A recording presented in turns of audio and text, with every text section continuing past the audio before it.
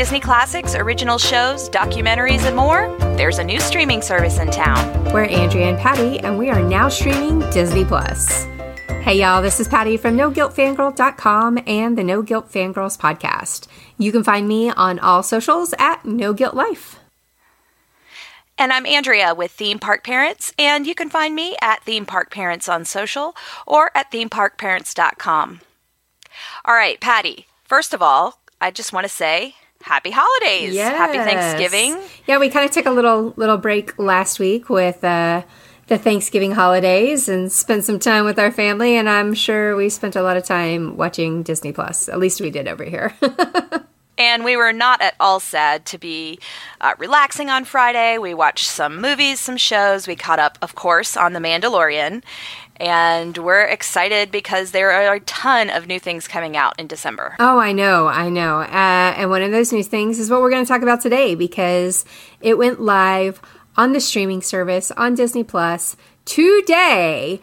And I know it was very highly anticipated by a lot of us Disney nerds out there. Absolutely. And not just Disney parks people like me. This is a show called One Day at Disney, and it is highlighting employees and cast members of the Walt Disney Company all over the world. It's very cool. It is. And I think what surprised me the most about this when I sat down and watched it, we got screeners, last week, I think it was. And so I finally sat down because I was so excited to watch this. And it hit me after the first story that they tell. I think the second story, they switched to Robin Roberts, right? Uh-huh. And so all of a sudden I was like, oh, wait a minute. I don't know what I thought. I thought this ended up being something different than I thought it was going to be, which isn't a bad thing. It just, my expectations were a little jarred by that second set of interviews that they rolled into. And so it was some of what I expected, which was the typical talking to Imagineers and talking to various cast members and that sort of thing. But then we also had someone from ESPN chiming in, and it just took me by surprise, I think. Well, and I have to agree with you because, I don't know, maybe it's something in the title that invokes Disney as a place. One Day at Disney. I was thinking Disney parks at Disney, at Disneyland, Disney World. But once they started going into other properties, Disney Publishing, ESPN, Good Morning America, Broadway, and it reminded me how enormous and far-reaching the Disney company is. I mean, I probably work for Disney. Do you work for Disney? Everybody works for Disney. Right? No, it feels that way. No, it does. And I guess that was a very good reminder, good takeaway from watching this show. And it'll be curious to see how the rest of the series, plays out, what they continue to show us. And yes. But, possibilities are pretty much endless, basically, when you're talking One Day at Disney, right? And that was kind of my takeaway, too. Yeah, and, like you said, so this is a feature film. It's about an hour long. It follows 10 different people who work for various departments or companies under the Walt Disney Company umbrella. But after this, beyond this, starting on Friday, December 6th, and for every Friday for 52 weeks, they're going to follow a different person who works somewhere in the Disney company. So as I was watching it, I was thinking, oh my gosh, how are they going to cover everything in 1 hour? This is crazy. There is so much information here, and I feel like it barely scratched the surface. And what I like is that the new episodes are just going to be shorts. So they're going to be 5-7 minutes long. And each one will be a little deep dive into somebody's job. And I feel like I'm really excited about that because, another thing for Friday. Yes, Fridays are busy. But it's quick, and I don't know. I'm eating it up as a fan. Yeah, no, I do like this whole idea that they're doing, and I love the fact that, like you said, for 52 weeks, we are going to get a solid year of exploring all these different magic makers in different ways, shapes, and forms all across all the Disney platforms. And like you said, there's so much that we probably just don't think of on a day-to-day basis, from Broadway, from the publishing. How many Disney books do you own? We own Oh my 80 gosh. gazillion thousand here at the house, right? So Yes. it's going to be fascinating to watch and to see more of those kinds of developments and that sort of thing. I was tickled because the first person that they interviewed and they had was Eric Goldberg, who's the animator that he's best known for drawing Genie. And I was tickled to see him again because I got to interview him once. He was actually my very first Disney-related interview that I got to do. And it was the coolest thing ever. Oh my gosh, that sets the bar high. Right. So what happened was I got this, message from my press contacts when I lived in Phoenix, Arizona.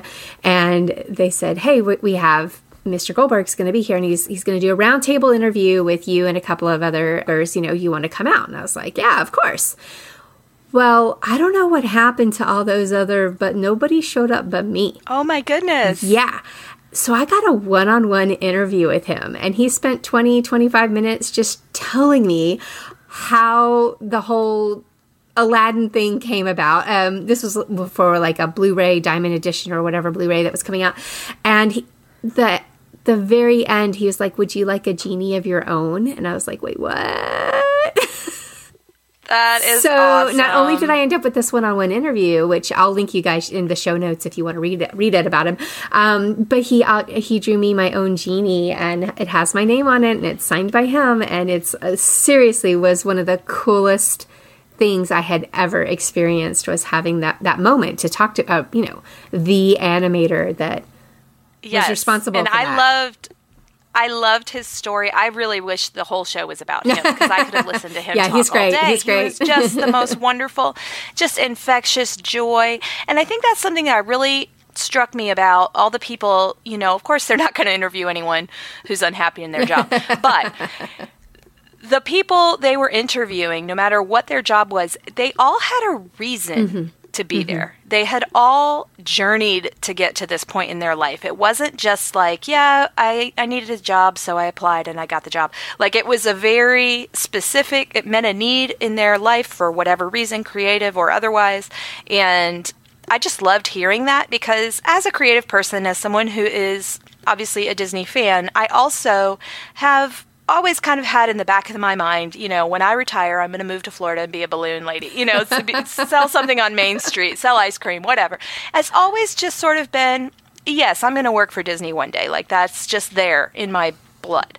I don't know if it will ever come to pass, but watching all these people and seeing that they weren't all in Orlando was like, oh, there are other ways to do Absolutely. this, and it really kind of opened my eyes and kind of gave me a little hope, just like, okay, maybe this isn't such a far-fetched dream, maybe it could happen one day. Hey, a dream is a wish your heart makes, Andrea.